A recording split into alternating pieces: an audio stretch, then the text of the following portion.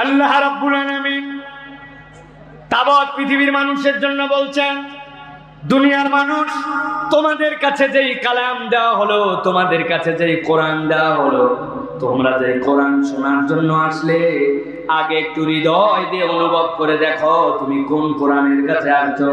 এই কোরআনটা আল্লাহ রাব্বুল আলামিন তোমাদের জন্য কি নিয়ামত বানাইছেন। আল্লাহ রাব্বুল আলামিন বলছেন, ওয়াকাযালিকা আওহাইনা ইলাইকা রূহাম মিন আমরিনা।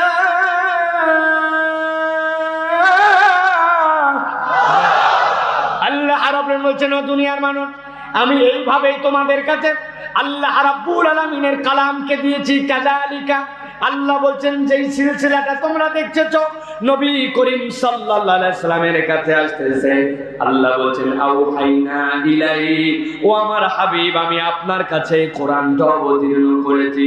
আয়াতে কারিমাও সহজ, অর্থ বোঝা সহজ, কিন্তু আল্লাহ রাব্বুল আলামিন এর ভিতরে কমসে কম 4টা কথা ঢুকাইছেন। আল্লাহ রাব্বুল আলামিন বলছেন, ওয়াকাযালিকা আওহাইনা, আপনি হাবিব, আপনার কাছে যেই কালাম দিলাম, আমি আল্লাহ এই কালামটা দুনিয়ার অন্য কারো কাছে যদি দিতাম, আল্লাহ বলছেন যদি দিতাম কি হতো। আল্লাহ উদাহরণ দিচ্ছেন, ভালো করে খেয়াল করেন, কমন উদাহরণ কিন্তু তার মধ্যেও কথা আছে। আল্লাহ বলছেন, লাউ আনজালনা হাযাল কুরআনা আলা জাবালিন লারাআইতাহু খাশিআন মুতাসাদ্দিআন মিন খাশিয়াতিল্লাহ।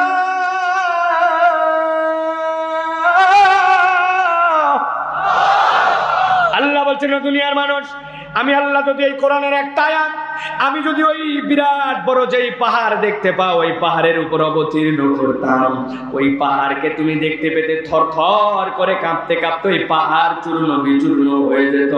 এই কথা তো অপরিচিত নয়। তাহলে এর মধ্যে আল্লাহ কি কথা ঢুকাইছেন ভালো করে খেয়াল করেন। আল্লাহর সৃষ্টি কেবল পাহাড়ই বিশাল নয়, আল্লাহর বিশাল সৃষ্টি সমুদ্র আছে, আল্লাহর বিশাল সৃষ্টি মরুভূমি আছে, আল্লাহর বিশাল সৃষ্টি বড় বড় বন আছে, হাজার হাজার লক্ষ লক্ষ কোটি কোটি হেক্টর ব্যাপী আল্লাহ রাব্বুল আমিনের বন আছে, পাহাড় আছে, আল্লাহর পক্ষ থেকে মরুভূমি আছে, সমুদ্র আছে। আল্লাহ একটার কথাও না বলে এখানে পাহাড়ের কথা বলেছেন। কেন বললেন? আল্লাহ নিজেই তাফসীর করছেন, ছোট্ট একটু কথা কিন্তু কথার মধ্যে কথা। আল্লাহ বলছেন, ও দুনিয়ার মানুষ, আমি এমনি এমনি পাহাড়ের কথা বলি নাই। তোমাদের সামনে তোমরা যে পাহাড় দেখতে পাও, যেই পাহাড়ের উপরে ওঠার পরে যদি সেখানে তোমার দেশের পতাকা গেড়ে দেওয়া হয়, তাহলে ওই পতাকার কারণে তোমার দেশ সম্মানিত হয়। এই রকম উঁচু পাহাড় তোমাদের আছে। কিন্তু আমি আল্লাহ বললাম, ওয়াল জিবালা আওতাদা, তুমি যেই পাহাড়টাকে কেবল উঁচু দেখতে পাও, এই পাহাড়টা কেবল উপরের দিকে উঁচু নয়, বরং যেই পাহাড় উপরে যতখানি, আমি জমিনের জন্য প্যারাক হিসাবে ওই পাহাড়টাকে নিচের দিকেও ততখানি ঘিরে রেখেছি। সুবহানাল্লাহ। আপনাদের সাতক্ষীরায় এসে আমি অবাক হয়ে গেছি। এই সাতক্ষীরায় কিছু বাঁশের রং হয় সাদা, কিছু বাঁশের রং হয় হলুদ, কিছু বাঁশের রং হয় লাল। তাই নাকি ভাই? আরে কথা বলেন না যে। ডানে বামে তাকায় দেখেন তো, সাদা বাঁশ আসে না, লাল বাঁশ আসে না, সবুজ বাঁশ আসে না। আরে হুজুর, এইগুলা একটাও বাঁশের রং নয়।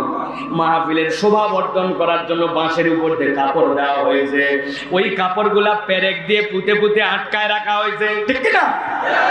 আল্লাহ বলছেন, দুনিয়ার মানুষ, তোমাদের জন্য যে পাহাড় দিলাম, আমি আল্লাহ বলছি ওই পাহাড়টাকে, এই যে পেরেকের মাথাটা যেরকম দেখতে পাও জমিনের ভিতর, সেই রকম ভাবে ঘিরে রেখেছি। আল্লাহ বলছেন, ওই পাহাড়ের উপরে যদি কোরআন দেওয়া হতো, এই কোরআন লোড নিতে পারতো না পাহাড়। কিন্তু আল্লাহ রাব্বুল আলামিন বলছেন, আমার হাবিব, আপনার উম্মত এবং আপনার দ্বারা আল্লাহ রাব্বুল আলামিন যে অসাধ্য কাজটা আল্লাহ সম্ভব করিয়েছেন, সেটা কি? আল্লাহ বলছেন, ওয়াকাযালিকা ওয়াহাইনা ইলাইকা রূহাম মিন আমরিনা মা কুনতা তাদরি মাল কিতাব ওয়ালাল ঈমান।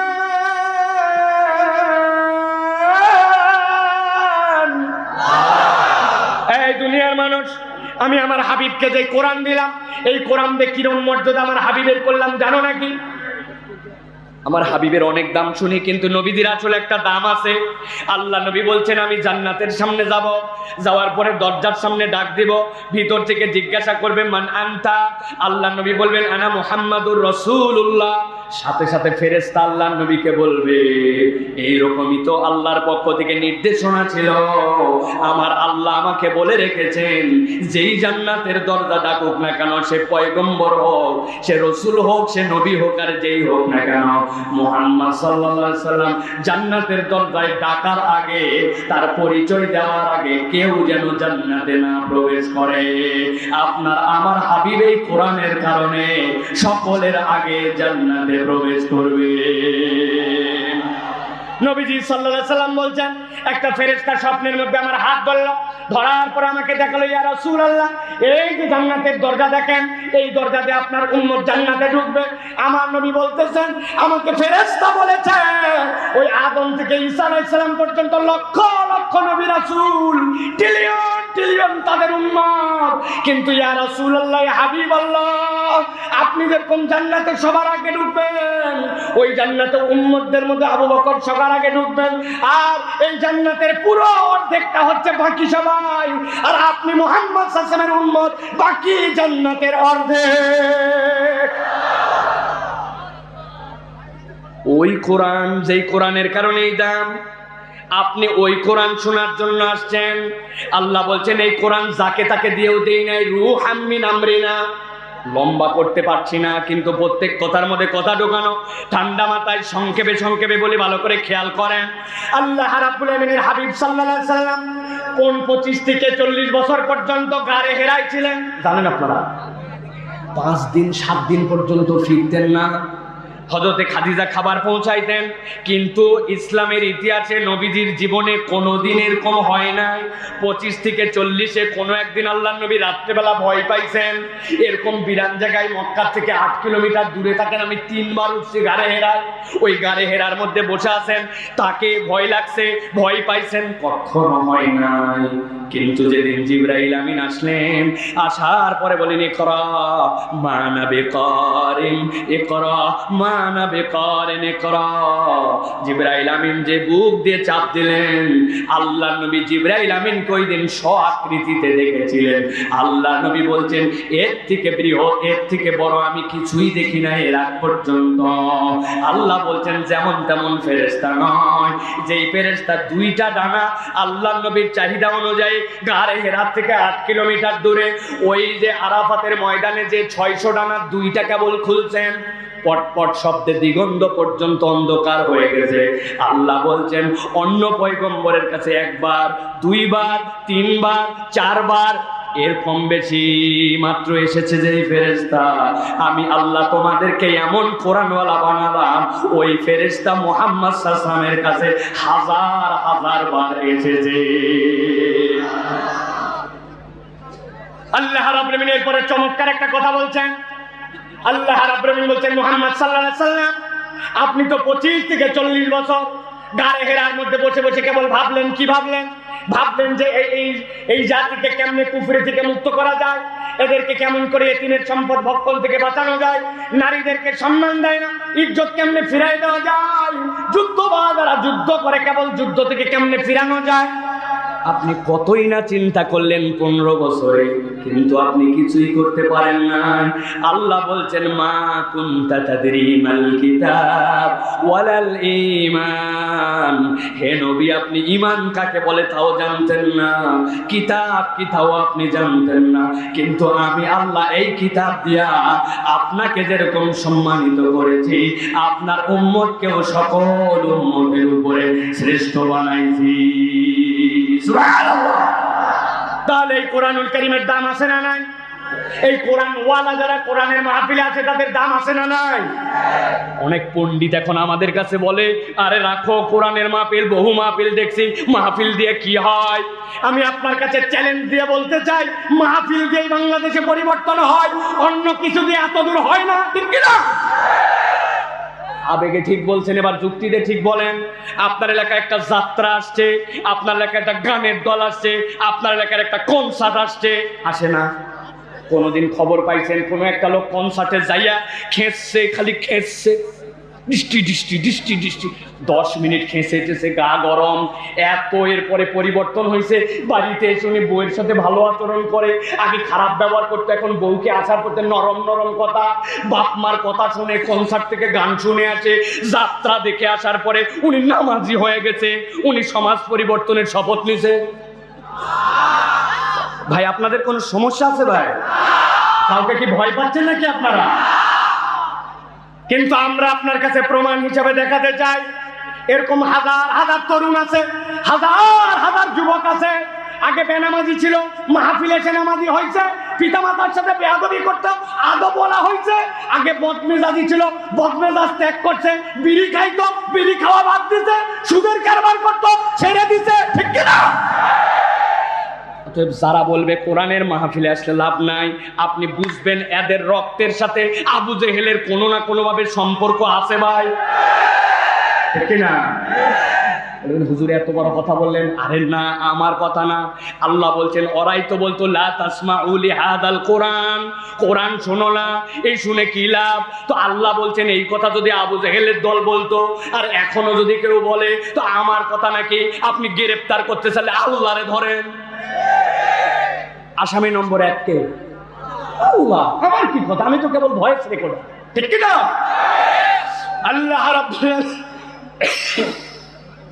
আল্লাহ রাব্বুল আলামিন এবার বলছেন, গভীর মনোযোগে বোঝেন, কোরআনুল কারীম দিয়ে সম্মানিত করলাম, তবে এইটুকুই দিয়ে তো তোমাদের জন্য রেখে দেওয়া হয় না। কোরআনুল কারীম যে তোমাদেরকে দিলাম, এর আল্লাহর পক্ষ থেকে একটা উদ্দেশ্য আছে, আল্লাহর পক্ষ থেকে একটা কারণ আছে। আল্লাহ বলছেন ওই কারণটা সাধারণভাবে অনেকভাবে ব্যাখ্যা করো, কিন্তু আল্লাহ রাব্বুল আলামিন ভিন্নভাবে বুঝাইছেন। আপনি দুনিয়াতে যাই করেন, আপনার একটা টার্গেট থাকে, আলটিমেট একটা গোল থাকে। বুদ্ধিমান যদি কেউ হয় তাহলে তার একটা টার্গেট ছাড়া কেউ কিছুই করে না, ঠিক কি না? টার্গেট আছে, আপনি ইবাদত বন্দেগীর তো টার্গেট আছে আল্লাহরে খুশি করা, ঠিক কি না? চেয়ারম্যান সাহেবরা বিভিন্ন জায়গায় বিভিন্ন অনুষ্ঠানে যান, প্রোগ্রামে যান, তারও টার্গেট আছে যে আমার জনগণ যে দায়িত্ব দিছে ওই দায়িত্ব যে পালন করতেছি জনগণকে জানানো লাগবে, তাছাড়া আগামী বছর ভোট তো পাবো না, ঠিক কিনা? টার্গেট আছে না? আল্লাহ বলছেন এবার চলো, তুমি যে কোরআনের মাহফিলে আসলে, যে দামি কোরআন দিলাম, এই কোরআনের টার্গেট কি একটু অপরিচিত আয়াত, কিন্তু দেখেন তো আল্লাহ কি বলছেন। আল্লাহ বলছেন বাল নাকযিফু বিল হাক্কি আলাল বাতিল ফায়াদমাগু ফাইদা হুয়া যাহিক ওয়া লাকুমুল ওয়াইলু মিম্মা তাসিফুন।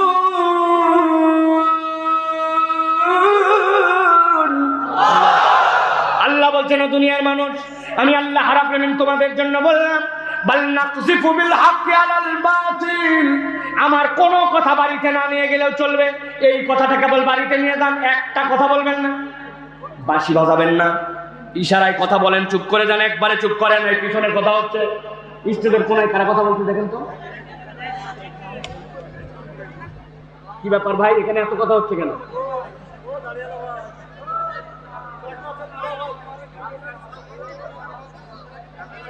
ভালো করে খেয়াল করেন, ভালো করে খেয়াল করেন।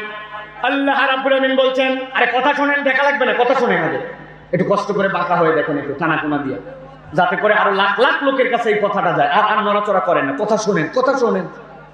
আল্লাহ রাব্বুল আলামিন বলছেন বাল নাকযিফু বিল হাক্কি আলাল বাতিল, তোমাকে যে কোরআন দিলাম, কোরআনের আলটিমেট গোল কি, আলটিমেট টার্গেট কি? পৃথিবীর সব মুফাসসির বলছেন হক মানে হচ্ছে কোরআন, হক মানে হচ্ছে ইসলাম।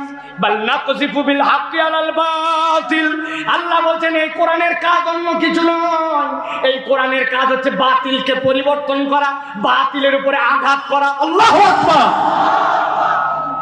কি আঘাত? নাকযিফু বিল হক, হক দিয়ে বাতিলকে পরিবর্তন করবে, আঘাত করবে। কেমন আঘাত হবে? আল্লাহ বলছেন ফায়াদমাগু ফাইদা হুয়া যাহিক। আরবিতে দামগুন শব্দের অর্থ কি? আলেম যারা তারা বলতে পারবেন। সব জায়গার ভাঙাকে দামগুন বলা হয় না। আপনার যদি মাথা ফেটে যায়, মাথা ফেটে যদি চূর্ণ বিচূর্ণ হয়ে যায়, মাথায় যদি কেউ আঘাত দিয়ে মাথাটা ভেঙে ফেলে, ওইটাকে বলা হয় দামগুন। আল্লাহ বলছেন ফায়াদমাগু ফাইদা হুয়া যাহিক, কোরআনের পরিবর্তন বাতিলের বিপক্ষে অন্য কোনো জায়গায় নয়। কোরআনের পরিবর্তন হচ্ছে আদর্শের পরিবর্তন, কোরআনের পরিবর্তন হচ্ছে ব্রেনের পরিবর্তন। আল্লাহ বলছেন এই কোরআন যেখানে প্রতিষ্ঠিত হবে, কোরআন যেখানে পরিবর্তন করবে, ওটা যদি প্রপারলি মানুষ মেনে নেয় আর পরিবর্তন করে, আল্লাহ বলছেন ফায়াতমাগু, বাতিল সেখানে চূর্ণ বিচূর্ণ হয়ে যাবে।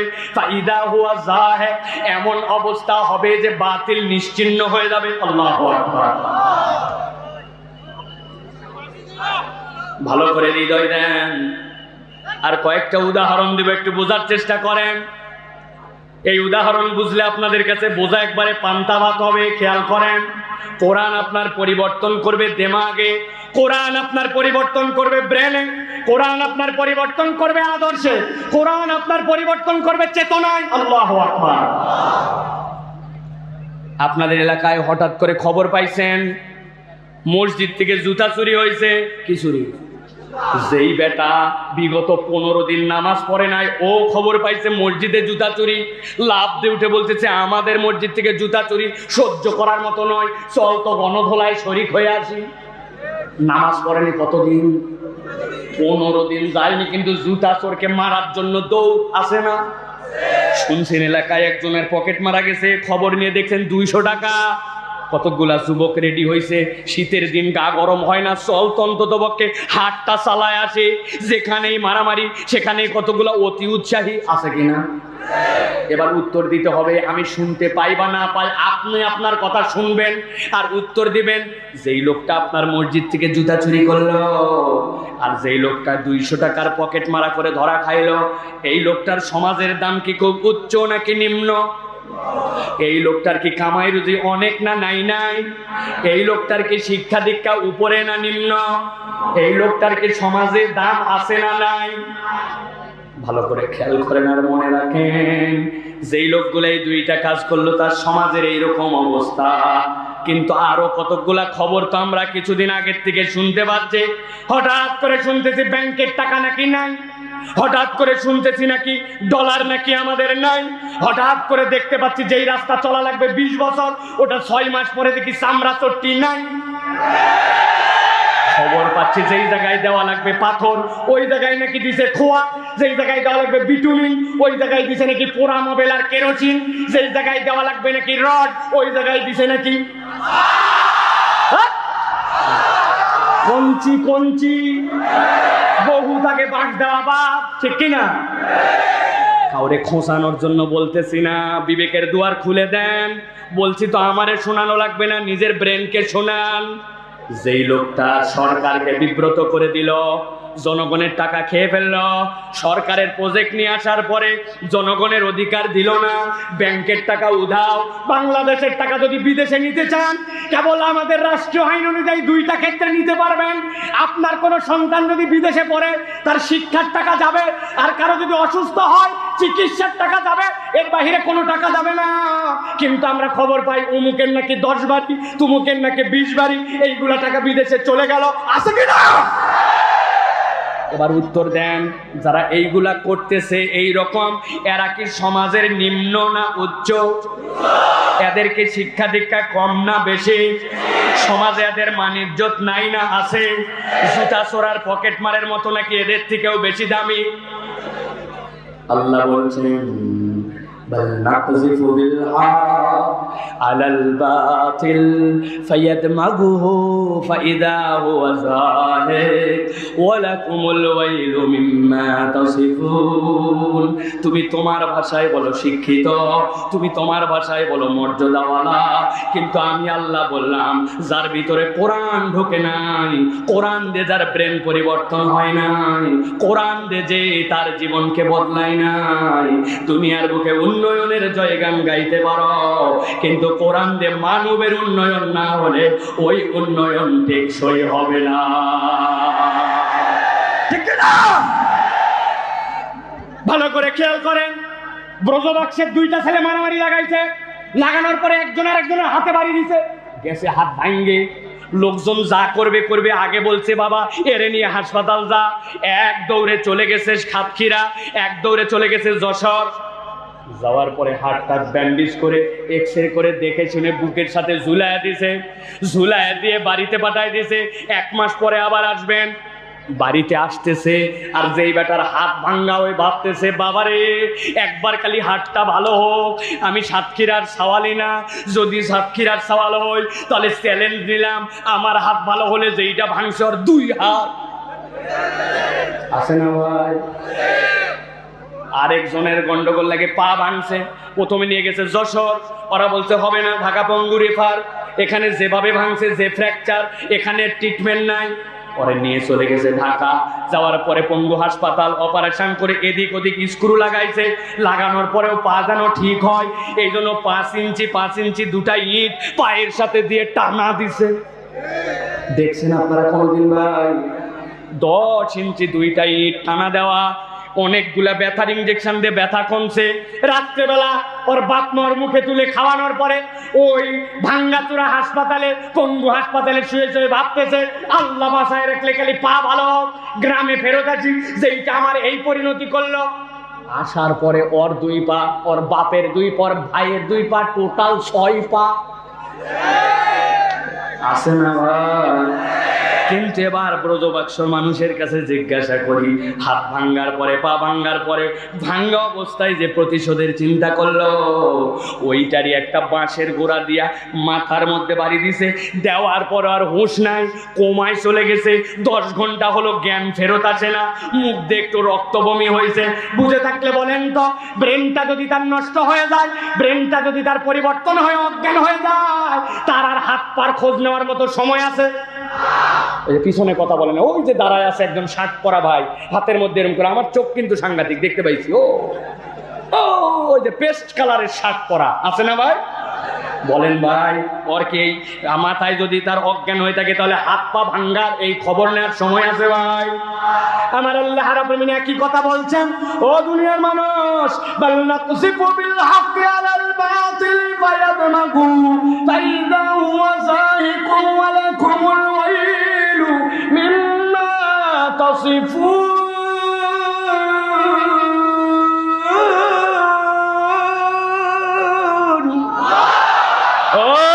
মানুষ, কোরআনের পরিবর্তন তো এইটাই, যেমন তেমন কিতাব শুনতে আসো নাই, একবার মাথা কাটায় দেখো, এখানে যদি 30,000 লোক থাকে, অন্য কোন সমাবেশ হলে এখানে অন্তত পক্ষে 2,000 পুলিশ লাগতো, 1,000 আনসার লাগতো।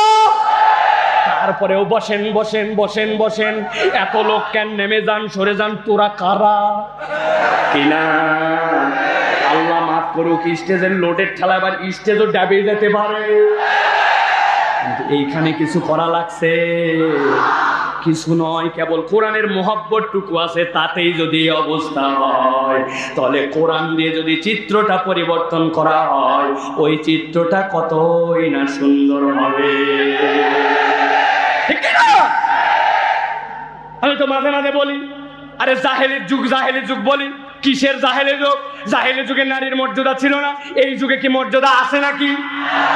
আমি অবাক হয়েছি, সাতক্ষীরার ছেলে মানুষের কোনো হাত পাই ফাটে না, পুরা শীত গেল, এত ভালো এখানকার চামড়া। বলে হুজুর কোথায় দেখলেন? আসার সময় দেখলাম আপনাদের এই দিক দিয়ে এত বড় এক ভ্যাসলিন কোম্পানির বিজ্ঞাপন, এক মহিলা বগল বার করে হাতে টান দিয়ে দাঁড়ায় আছে, ফাটলেই খালি লাগাও। তার মানে বোঝা গেছে এই এলাকায় খালি মহিলাদের ফাটে, ছেলেদের ফাটে না। মাঠে ঘাটে মহিলারাই কাজ বেশি করে, ছেলেরা বাড়ির ভিতরে শুয়ে থাকে। উপজেলা চেয়ারম্যান সাহেব একজন মহিলা, তো উপজেলা চেয়ারম্যানের ছবি দিলি না কেন? তুই সারাদিন জনগণের মধ্যে ঘুরে বেড়াই, দিলি না কেন? তার মানে বোঝা যায় ও নারীর আর প্রজ্ঞাপন আর ওই আইটেমের বিজ্ঞাপন করে না, ও নারীর দেহ প্রদর্শন করে বিজ্ঞাপনকে খাওয়ানোর আগে ওই নারীকে জনগণের কাছে খাওয়াতে যায়। এই পরিবর্তন কি দিয়ে হয়েছিল? এই পরিবর্তন হয়েছিল আল্লাহ নবী 15 বছর ভাবতেন, পারেন নাই। আল্লাহ রাব্বুল আলামিন বলছেন, মা কুনতা তাদরিবাল কিতাবু ওয়ালাল ঈমানু ওয়ালাকিন জাআলনাহু নূরা।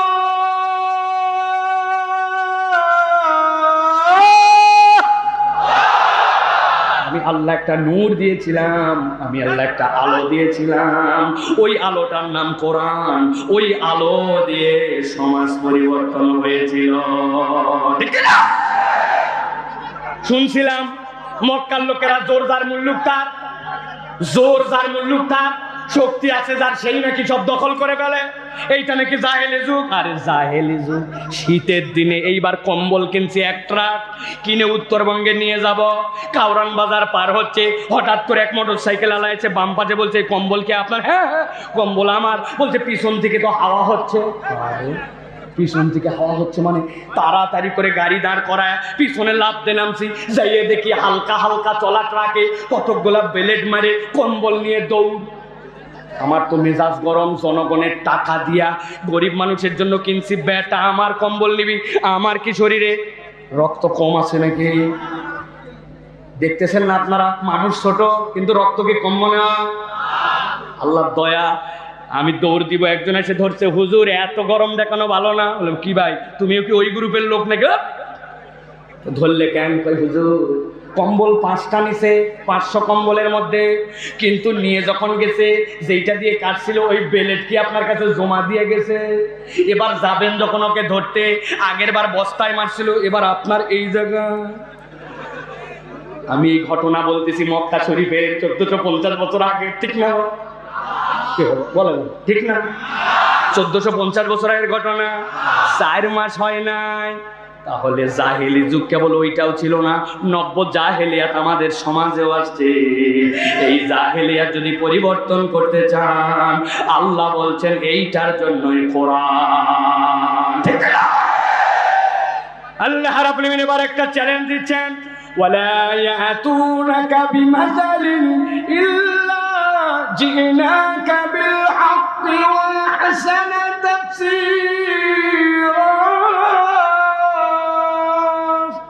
আল্লাহ রাব্বুল আলামিন কি বলছেন? আল্লাহ রাব্বুল আলামিন বলছেন সূরা ফুরকান 33 নম্বর আয়াত, ওয়ালা ইয়াতুনাকা বিমাসালিন ইল্লা জিনাকা বিল হাক্কি ওয়া আহসানা তাফসীরা। ও দুনিয়ার মানুষ, তুমি কখনো এরকম ধারণা করো না ওই 1400 বছর আগে বোধহয় কোরআন পরিবর্তন করছে, এখন বোধহয় পারবে না। আল্লাহ বলছেন ওয়ালা ইয়াতুনাকা বিমাসালিন, এই কোরআনের তুলনা আর কিছুতেই হবে না, ইল্লা জিনাকা বিল হক, যেটা আল্লাহর পক্ষ থেকে দেয়া হয়েছে, ওয়া আহসানা তাফসীরা। আল্লাহ বলছেন এই কোরআনের ভিতরে যুগের চাহিদা অনুযায়ী আল্লাহ উত্তম উত্তম ব্যাখ্যা ঢুকায় রাখছেন। বের করে তুমি যদি একবার চিন্তা করো, কোরআনের মতো তুলনা আর কোনো কিছুতে পাবে না। ঠিক না? আমরা অনেক সময় মনে করি ওয়ালা ইয়াতুনাকা বিমাসালিন, এর মানে হচ্ছে কোরআনের মতো সূরা হবে না, কোরআনের মতো আয়াত হবে না। না না না, এইটা ভুল ব্যাখ্যা। আল্লাহ সূরার কথা আলাদা করে বলেছেন, আল্লাহ আয়াতের কথা আলাদা করে বলেছেন, আশারু আয়াতের কথা আলাদা করে বলেছেন, কিন্তু আল্লাহ বলছেন ওয়ালা ইয়াতুনাকা বিমাসালিন ইল্লা জিনাকা বিল হক। দুনিয়ার সব মুফাসসির একমত, আল্লাহ এর দ্বারা বুঝাতেন কোরআনের ভিতরে যে complete code of human life আছে, কোরআনের ভিতরে যে আইন আছে, কোরআনের ভিতরে যে সংবিধান আছে, কোরআনের ভিতরে যে অর্থনীতি আছে, কোরআনের ভিতরে যে রাজনীতি আছে, কোরআনের ভিতরে যে পারিবারিক নীতি আছে, কোরআনের ভিতরে যে দণ্ডবিধি আছে, আল্লাহ বলছেন কিয়ামত পর্যন্ত চলেন আল্লাহর বিধানের সমকক্ষ, আল্লাহর বিধানের মতো পারফেক্ট আর কিয়ামত পর্যন্ত কিছু হতে পারে না। এর নাম ঈমান। বলেন এর নাম কি? ঈমানদার হলে বলেন এর নাম কি? জোরে বলেন এর নাম কি? ছোট্ট একটা উদাহরণ দেই আপনাদের সাতক্ষীরায়। করোনা যখন 2 বছর আগে, করোনার সময় কি করোনা হয়েছিল ভাই? হয়েছিল। কবির বিন সামাদ ভাইকে মাইক নিয়ে দেখছি করোনায় সতর্ক করার জন্য, প্রচার করার জন্য। ঘরে ঘরে থাকেন ভাই, এই দিন পরিবর্তন হবে, কথা শোনেন, মানেন, নিয়ম মানতে চান কেন? আপনারা দেখছেন কিনা? আমি দেখছি বাইরে। সরকার তখন একটা প্রজেক্ট ঘোষণা করছে, সারা জীবন করছে এই স্টে হ্যান্ড মানে মুরগি। বললো না সাকিব আল হাসান তুমি একটা বিজ্ঞাপন লাগাও, বিজ্ঞাপনের সাথে আবার কিছু বাণিজ্যও ছিল, এই স্টে হ্যান্ড ওয়াশ। কি ওয়াশ? হাত ধোও কয় সেকেন্ড, কয় ভাবে? 6 ভাবে। ঠিক কিনা? এক লোক হাত ধুইছে আপনাদের এলাকায়, হাতটা ধুয়ে চিন্তা করছে আমার তো আর কোনো ভাইরাস নাই। 20 সেকেন্ড ধুইছি, খানিকক্ষণ পরে তার কপালটা অনেকক্ষণ ধরে চুলকাচ্ছে কেমন কেমন, হঠাৎ করে কপালটা একটু চুলকাইছে, চুলকানোর পরে মনে হচ্ছে আরে হাত ধোয়ার আগেও তো কপালে হাত দিয়েছিলাম, তাহলে এখন তো হাতের মধ্যে আবার ভাইরাস লাগছে, উপায় কি? কয় আবার হাত ধো। হাত ধুয়ে নিয়ত করছে আর কোথাও চুলকাবো না। বাঙালি যদি একবার নিয়ত করে আর কোথাও চুলকাবো না, পুরা গা চুলকায়, ঠিক না ভাই? এখানে অস্বস্তি, এখানে খালি চুলকানি, অনেক সহ্য করে না পারে শেষে হাতের এই জায়গায় একটু চুলকাইছে, চুলকায় মনে হয়েছে আরে প্রথমবার হাত ধোয়ার আগে তো এখানে একবার হাত দিয়েছিলাম, তাহলে তো আবার এই জায়গায় জীবাণু ছিল, হাতে তো আবার লাগছে, উপায় কি? হাত ধো। ধুতেই থাকো ধুতেই থাকো, তোর সাবান স্লো নাকি রে? ঠিক না? আমার আল্লাহ বলছেন ও দুনিয়ার মানুষ, 1450 বছর আগে করোনা মরোনা কিছুই নাই। আমি আমার হাবিবকে বললাম আপনার উম্মতের প্রতি বিধান দেওয়া হলো, আল্লাহ রাব্বুল আমিন পবিত্রতা পছন্দ করেন। সে যদি পবিত্র হতে চায় তাহলে সে পরিষ্কার পানি দিয়ে ওই মুখমণ্ডলটা যেন ধয়, মায়ে মুস্তামাল দিয়ে অজু করলে অজু হবে না, মুখমণ্ডলের এই গোড়া থেকে এই জায়গা, এই কান থেকে এই পর্যন্ত ধয়, এরপরে যেন উভয় হাতের কনুই পর্যন্ত ধয়। ওই ধোয়াটা আল্লাহর নবী বললেন 3 বার যেন ধয়, এরপরে মাথাটা যেন মশে করে। দুনিয়ার সবাই সব ধোয়ালো, কিন্তু আপনার পায়ে মুরগির গু, কুত্তার গু, হাঁসের গু, লোকের থুতু, ওইটা নিয়ে আপনি বাড়িতে আসছেন, আর সেই ডাইনিং রুমে চলে গেছেন, রান্নাঘরে চলে গেছেন, ল্যাপের নিচে ঢুকে গেছেন, কম্বলের নিচে ভরে গেছেন, আপনার পা কেউ ধোয়ালো না। আর আমার নবী বললেন পা ধোয়াতে সাবধান হও, গোড়ালি যদি তোমার ধোয়াতে বাকি থাকে এটা তোমার জাহান্নামে নিবে, গোড়ালি সহ 3 বার ধোও। দুনিয়ার সবারটা অসম্পূর্ণ। আল্লাহ বলছেন ও আহসানা তাফসীরা, 1450 বছর আগে দিছি যেটা, আগামীর দুনিয়া যদি আরো 14,000 বছর থাকে, আল্লাহ বলছেন আল্লাহর দেওয়া বিধানের উপরে কোনো বিধান নাই। যেমন তেমন কোরআন শুনতে আসেন নাই, আলোচনা কি চলবে? চলবে মানে আপনি বন্ধ করতে বললে কি বন্ধ করবো নাকি? চলবে, উনার কথাই চলবে। হ্যাঁ, সাথে নিলাম আপনাদেরকে, আসেন তো ভাই ইনশাআল্লাহ। আজকে যাওয়া যাবি নেই, কথা শুনে শেষ করে তারপরে যাবো, ঠিক কিনা ভাই? আল্লাহ রাব্বুল আমিন এরপরে বলছেন ইয়া আইয়ুহান নাস, গভীর মনোযোগ, আরেকটা আয়াত বলবে, এটা শেষ আয়াত, ভালো করে খেয়াল করে।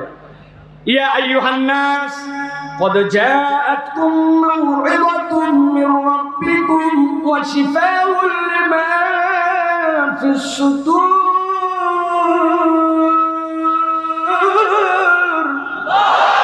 আল্লাহ বলছেন, খুবই সংক্ষেপ করে বলি, ডিটেইলস বলবো না। আল্লাহ বলছেন দুনিয়ার মানুষ, তোমাদের কাছে আল্লাহর পক্ষ থেকে একটা মাউইযা আসছে, আল্লাহর পক্ষ থেকে একটা প্রেসক্রিপশন আসছে, আল্লাহর পক্ষ থেকে একটা নির্দেশনা আসছে। কি নির্দেশনা? আল্লাহ বলছেন এমন একটা নির্দেশনা যেটা ফলো করলে আল্লাহ বলছেন তোমার অন্তরটাকে আল্লাহ সারায় দিবেন। শিফাউল লিমা ফিস সুদূর। এই আয়াত বলার কারণ আল্লাহ নবী হাদিসে বলেছেন ইদা সলুহাল জাসাদু কুল্লু ওয়া ইদা ফাসাদাত ফাসাদাল জাসাদু কুল্লু আলা ওয়া হিয়াল কলব। ও দুনিয়ার মানুষ, তোমার সব ঠিক দেখতে পাও, কিন্তু তোমার অন্তর ঠিক হয় না। তোমার অন্তর যদি ঠিক না হয় তোমার কিছুই ঠিক হয় না। যার অন্তর ঠিক তার সব ঠিক। ওই অন্তরটা অন্য কোনো তরিকা পদ্ধতিতে নয়, কোরআন দিয়ে যদি পরিবর্তন হয়, কোরআনের ফিটনেস সার্টিফিকেট যদি অন্তর পায়, আপনার অন্তর জান্নাতে, নচেত দুনিয়ার যেখান থেকে সার্টিফিকেট পাক না কেন আপনার অন্তর জান্নাতে নয়, ঠিক না? আল্লাহ রাব্বুল বলছেন, দলিল কোথায়? আল্লাহ বলছেন ইয়াউমা লা ইয়ানফাউ মালু ওয়ালা বানুন ইল্লা মান আতাল্লাহা বিকলবিন সালিম।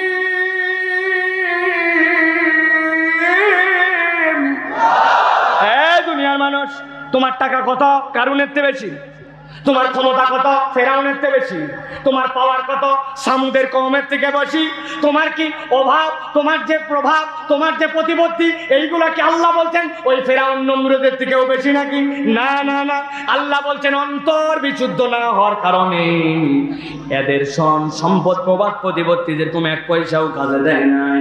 তুমি যদি আল্লাহর কাছে মুসলমান না হয়ে আসো, আল্লাহর কাছে তোমার কোনো দাম নাই, ঠিক না? একটা উদাহরণ দেই, তাড়াতাড়ি বলতেছি যাতে করে আপনার মাথার মধ্যে নিতে পারেন, সময় কম, ভালো করে বোঝেন। এক লোক পেপারে বিজ্ঞাপন দেখছে, সেকেন্ড ডিভিশন এসএসসি, 6'5 ফিট 6 ইঞ্চি লম্বা, আর যদি কোনো ফৌজদারি কেস না থাকে তাহলে এরকম লোক হলে সেনাবাহিনীতে আবেদন করতে পারবে। যেই ছেলে আপনার এলাকায় দেখছে ও এইচএসসি পাস, সকলটা ফার্স্ট ডিভিশন, 6 ফিট লম্বা, বাপদাদার জন্মে কোনো রকম ফৌজদারি কেস নাই, আবেদন জমা দিয়ে দিছে, আরে সেনাবাহিনীতে ঢোকার এইটাই চান্স। সেনাবাহিনীতে জমা দেওয়ার পরে কাগজপত্র রিটার্ন আসছে, আগামী মাসের এত তারিখে আপনি ঢাকা সাভার ক্যান্টনমেন্টে হাজির হয়ে যান। এলাকার সবার দোয়া নিয়ে চলে গেছে, আল্লাহ করে যেন এই চাকরিটা তার হয়ে যায়। ঢাকায় যাওয়ার পর বলছে কাগজ দেখান, আগে কাগজ দেখান। আরে চাইছি এসএসসি, আসে তো এইচএসসি, চাইছি সেকেন্ড ডিভিশন, ও বইটাই ফার্স্ট ডিভিশন, ক্লিয়ার, যাও সেকেন্ড স্টেপে চলে যাও, তোমার মাপ কতখানি লাগাও। যাওয়ার পরে দেওয়া আছে একটা সুন্দর করে বর্ডার দিয়া, স্টিক বান্ধা আছে 5 ফিট 6 ইঞ্চি, এইটা যদি মাপ হয় তাহলে হবে। ও তো 6 ফিট লম্বা, ওর গলা বাইতে গেছে, কই তুই নুইজ দিয়া যা, নিজ দিয়ে গেছে। এবার দুইটাতেই পাস, ফৌজদারি কেস কামারি নাই। এখন বলছে খালি গা হও, তাড়াতাড়ি করে ফিটনেস চেক হবে। খালি গা হয়ে বলছে হাত সামনের দিকে সোজা করো। যেই হাত সোজা করতে বলছে, ডান হাত টনটনা সোজা, কিন্তু বাম হাতটা অল্প একটুখানি বাঁকা। যেই লোক এখন ওর পরীক্ষা নিচ্ছে, যায় হাত সোজা, বাম হাত সোজা বলছে, স্যার জন্মের থেকে আমার একটু বাঁকা। সাতক্ষীরার লোক বুঝে থাকলে বলেন, চাইছে এসএসসি, আছে এসএসসি, চাইছে সেকেন্ড ডিভিশন, আছে ফার্স্ট ডিভিশন, চাইছে 5 ফিট 6, আছে 6 ফিট, কোনো ফৌজদারি কেস লাগবে না, ওর জীবনেও নাই, কিন্তু ডান হাত সোজার বাম হাতটা জন্মের থেকে একটু বাঁকা। ওই লোকটাকে সেনাবাহিনীতে নিবে? তা বললেন না, নিবে।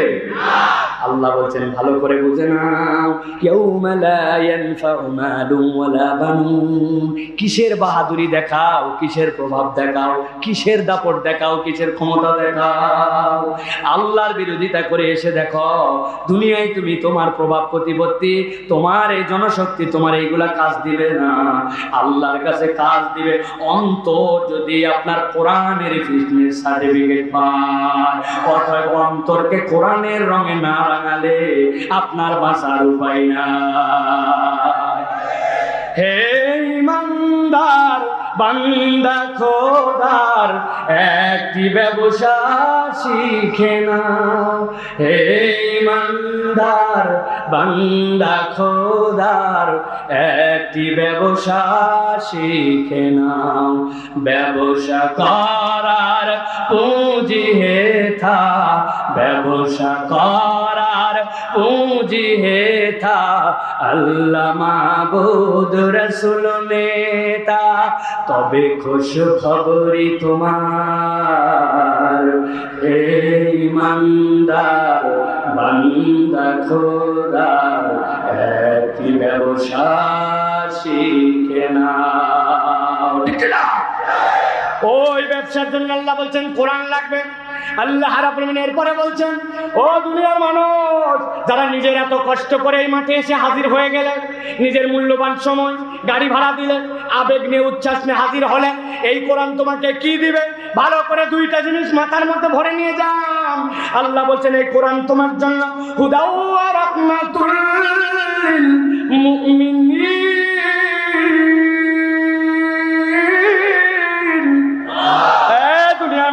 এই কোরআন তোমার জন্য হুদা, হুদা মানে তোমার জন্য আলো, আলো মানে তোমার জন্য নূর। সুবহানাল্লাহ। আমি অনেক দাপট দিয়ে একটা কথা বলি, দুনিয়ার কোনো আলোই স্বয়ং সম্পূর্ণ নয়। এইখানে যে লাইট, এক্ষুনি যদি পিডিবি চলে যায়, আপনার কারেন্ট নাই, ঠিক কিনা? বলবেন হুজুর আমাদের জেনারেটর আছে। আরে ভাই, আপনার ডিজেল না থাকলে আপনার জেনারেটর কি করবেন? সাতক্ষীরার লোক বলবে হুজুর আমার তো সোলার লাইট।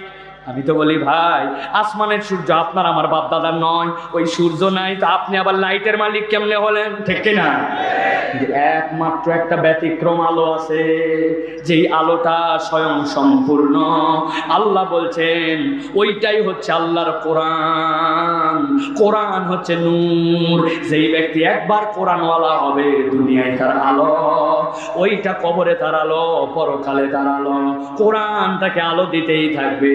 আল্লাহ বলছেন আলো দেওয়ার ধরনটা কেমন হবে এটাও বুঝে নাও।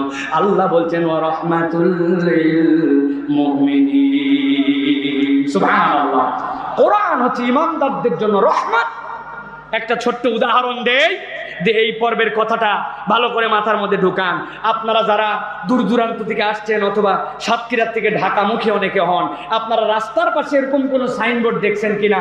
3 কোণা এরকম সাইনবোর্ড লাগানো আছে, যেই সাইনবোর্ডের মধ্যে লেখা আছে থামুন, থামুন, সামনে স্পিড ব্রেকার। না, আপনি বসুন, আপনি বসুন, কাউরে বসতি করতে হবে না। ভালো করে শুনেন প্রিয় ভাই, রাস্তার মধ্যে এরকম সাইনবোর্ড দেখেন না আপনারা? যে সাইনবোর্ডে লেখা আছে সামনে স্পিড ব্রেকার আছে না, দেওয়া আছে এরকম ডান দিক থেকে চিহ্ন, তীর চিহ্ন, যে রাস্তা বামের দিকে চলে গেছে, বাম দিকে ডানে, সামনে কালভার্ট, সামনে সরু ব্রিজ, সামনে বাজার, স্কুল, বুঝে চলেন। এইগুলা সাইনবোর্ড আপনারা দেখছেন ভাই? দেখলে একটু কথা বলেন ভাই, দেখছেন ভাই? ও ভাই, যেই সাইনবোর্ড দিনের বেলা দেখলেন, ওই সাইনবোর্ড রাত্রেবেলা আপনার হেডলাইট, আপনার লাইট, আপনার গাড়ির যখন ফোকাস ওই সাইনবোর্ডে পড়ে, ওই সাইনবোর্ডটা জলজল করে জ্বলে ওঠে অন্ধকারের মধ্যে। দেখছেন আপনারা? তার মানে ওর ভেতরে লাইট লাগানো আছে, তাই তো? ওর ভিতরে কারেন্ট দেওয়া আছে, তাই তো? না ভাই, ওর ভিতরে একটা রিফ্লেক্টর, একটা স্টিকার লাগানো আছে। ওর ভিতরে একটা যোগ্যতা আছে যে যেটা আলো পড়লে সে রিফ্লেক্ট করাবে।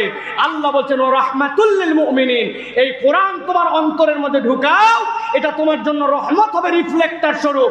তোমার যেখানে যেভাবে পথ চাওয়া লাগবে, আল্লাহ কোরআনের আলোকে সেইভাবে পথ দিয়ে জান্নাতে ঢুকানোর আগ পর্যন্ত তোমাকে আল্লাহ রাব্বুল আলামিন গাইডহীন করবেন না। ওই কিতাবের নাম কোরআন, ঠিক কি না? তাহলে এবার বুঝে থাকলে বলেন, কোরআন শুনতে আসলে লাভ আছে না নাই? লাভ আছে। আজকের মাহফিলে আসে আমাদের উপকার আছে না নাই?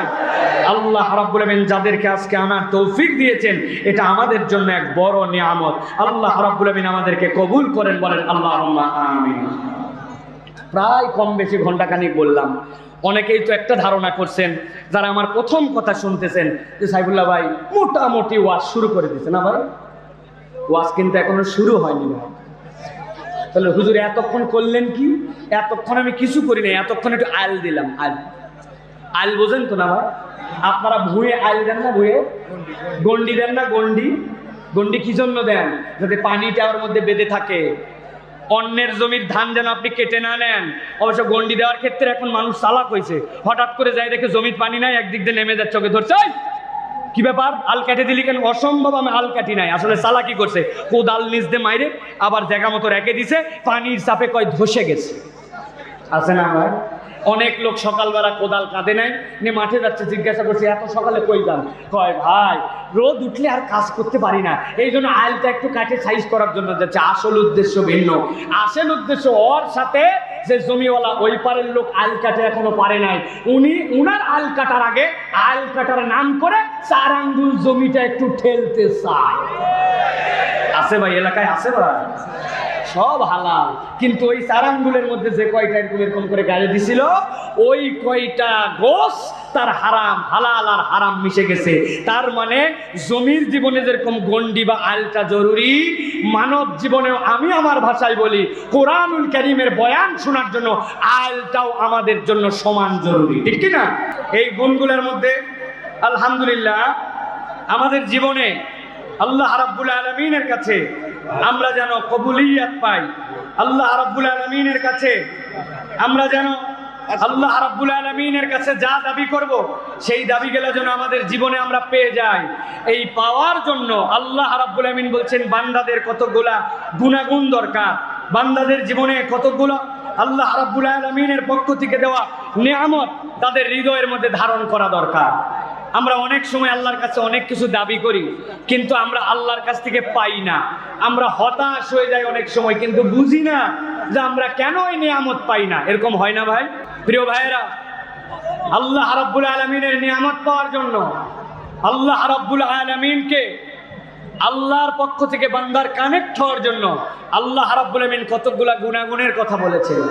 এই গুণাগুণগুলি আমাদের জীবনে না নিতে পারলে আল্লাহ রাব্বুল আলামিনের কাছ থেকে আমরা মর্যাদা পাবো না।